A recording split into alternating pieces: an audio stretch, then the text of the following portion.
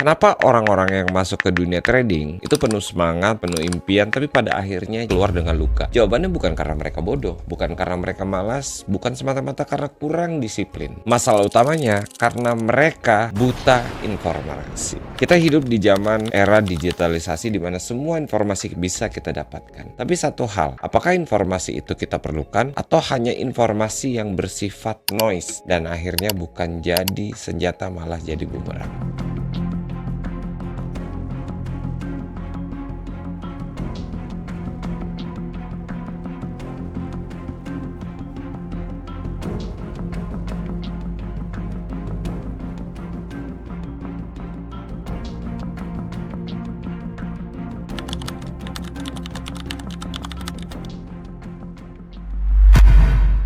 Retail trader itu ibarat orang yang main catur tapi nggak bisa lihat papan. Sementara institusi besar seperti BlackRock, JP Morgan, Citadel, mereka bukan hanya lihat papan, mereka tahu langkah lo sebelum lo sendiri mikir. Mereka punya akses real time. Mereka punya tim dengan teknologi paling hebat. Sekarang tanya diri lo, informasi apa yang lo pegang ketika lo masuk di financial market? Dan dari mana sumber lo? Kalau masih jawabannya dari grup Telegram berupa signal copy paste, are you sure bakal bisa bertahan? Ya pasti nggak mungkin. Pasti ujung-ujungnya boncos. Coba kita bicara fakta. 80% trader kehilangan uang dalam 2 tahun pertama. Bahkan data dari SEC, 70% trader option rugi dalam 90 hari pertama. Lo pikir mereka semua itu bodoh? Enggak. Mereka cuma telat tahu akan informasi. Karena informasi itu datang ke tangan retail trader terakhir, institusi udah masuk, harga sudah berbeda, berita baru muncul, dan lo retail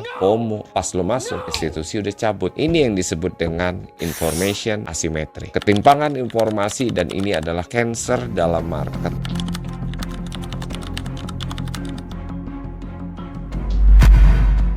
Sekarang kita bahas lebih dalam lagi gimana cara institusi mengatur informasi, gimana mereka bikin retail jadi domba. Pertama, mereka kontrol narasi. Coba perhatikan, setiap kali market terkoreksi, berita bilang karena kekhawatiran akan inflasi atau karena ketegangan geopolitik. Tapi setiap kali market naik, berita bilang karena optimisme investor. Jadi seolah-olah semua pergerakan itu logik, padahal itu cuma distribusi. Harga dijatuhin supaya bisa serok lebih murah. Lo panik, lo jual, harga terkoreksi, mereka beli. Kedua, mereka punya data yang nggak lo punya. Lo baru baca berita jam 8 pagi, mereka udah pricing dini hari. Ketiga, mereka bisa manipulasi, mereka bisa nyebarin berita bohong, mereka bisa pesan headline, mereka bisa bayar riset, dan lo penonton percaya semuanya. Keempat, phone running. Ini yang paling brutal. Ketika lo masuk ke order beli, sistem mereka bisa detect, masuk duluan, angkat harga, lalu jual ke lo dengan harga lebih mahal. Sekarang tanya lagi ke diri lo punya itu semua? Enggak, tapi lo tetap denial terhadap hal ini. Lo mau tahu nggak kenapa Warren Buffett nggak pernah panik waktu market crash? Karena dia punya informasi, bahkan dia tahu sebelum orang lain tahu. Gue nggak bilang lo harus jadi institusi, tapi lo mulai harus mengerti cara berpikir mereka.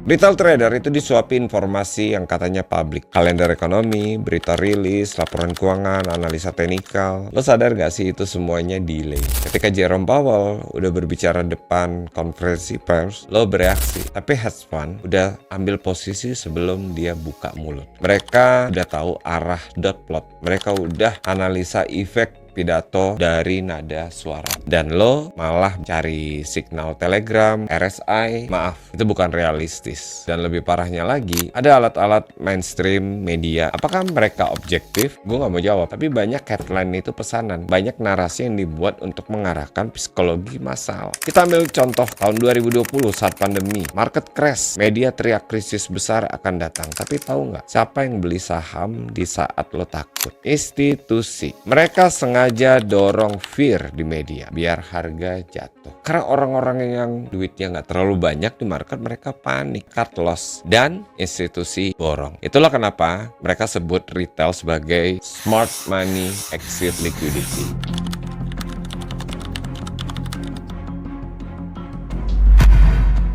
Sekarang mari kita bongkar satu persatu kebodohan sistemik yang terjadi di kalangan retail trader. Mereka tidak pernah membaca. Bahkan di agama gue itu Allah wahyu pertama ke Nabi Muhammad SAW bukan perintah melakukan sholat, bukan perintah melakukan zakat, tapi ikra, artinya baca. Dari sini kita bisa belajar. Baca adalah penerang kita terhadap dunia. Di dunia modern ini, mereka hanya pilih scrolling. Mereka lebih percaya sama influencer-influencer yang posting profit 1000 dengan modal $50 daripada baca laporan FOMC. Yang kedua, mereka ingin cepat kaya. Institusi, mereka tuh bermainnya sabar. Mereka hanya transaksi based on data. Mereka punya trading journal. Mereka ukur korelasi antar aset, iklim, makro. Sementara retail, scalpingan 5 menit, masuk tanpa stop loss, overload, karena udah yakin. Yang ketiga, mereka konsumsi informasi salah. Coba jujur deh, berapa banyak isi grup Telegram lo?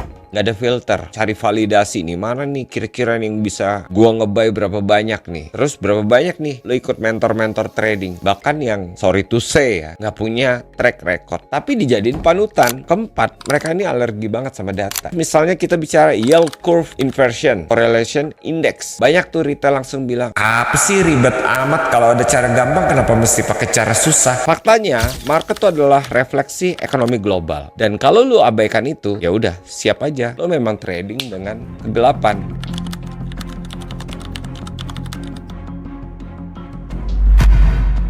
Institusi itu nggak sekedar pintar, mereka sistematis, mereka bangun kekuatan lewat 3 hal utama. Yang pertama, data eksklusif. Mereka siap beli data satelit untuk pantau parkiran mall demi tahu seberapa ramai belanja masyarakat, karena mereka mau tahu perputaran uang di wilayah tersebut. Kemudian mereka siap bayar tim riset profesional, ratusan analis, lulusan universitas, mantan pejabat bank sentral. Mereka duduk di trading floor, bikin laporan yang nggak pernah muncul di internet. Dan yang lo baca apa? Ringkasan yang dipoles untuk publik. Yang ketiga, eksekusi super cepat, high frequency trading. Mereka punya serat optik khusus Chicago sama New York agar bisa eksekusi 1 milidetik lebih cepat daripada pesaing. Sekarang pilihannya ada di lo. Mau tetap jadi korban sistem atau bangun kekuatan lewat informasi yang benar dan akurat dan lebih cepat daripada retail lainnya. Karena di dunia financial modern, yang tahu lebih dulu bukan cuma menang, tapi dia bisa mengontrol pasar.